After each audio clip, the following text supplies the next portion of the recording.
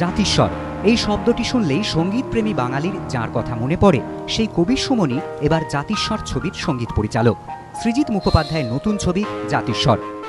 সৃজিত মুখোপাধ্যায়, যিনি এখন একজন প্রতিষ্ঠিত চলচ্চিত্র পরিচালক, আমার অত্যন্ত স্নেহভাজন প্রিয় মানুষ, তিনি আমায় অনুরোধ করেছেন যে তার নতুন ছবি জাতিস্বর, এই ছবিটির সঙ্গীত রচনা করতে এবং সঙ্গীত পরিচালনা করতে, এবং আমি সম্মত হয়েছি।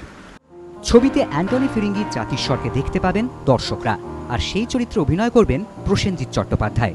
কবির সুমনের সঙ্গীত পরিচালনায় এই ছবিতে গান গাইছেন কারা? এখন পর্যন্ত ঠিক হয়েছে শ্রীকান্ত আচার্য গাইবেন, সুমন মুখোপাধ্যায়কে বলছি উনি গাইবেন, মনোময় গাইবেন, শ্রীমতী শ্রমণা চক্রবর্তী গাইবেন যজ্ঞেশ্বরীর গান, কবিয়ালের গান, আমি 1.5টা গান গাইব, আর গাইবেন সপ্তর্ষি, এবং তরুণ নবীন শিল্পী, তিনি গাইবেন 2টি গান।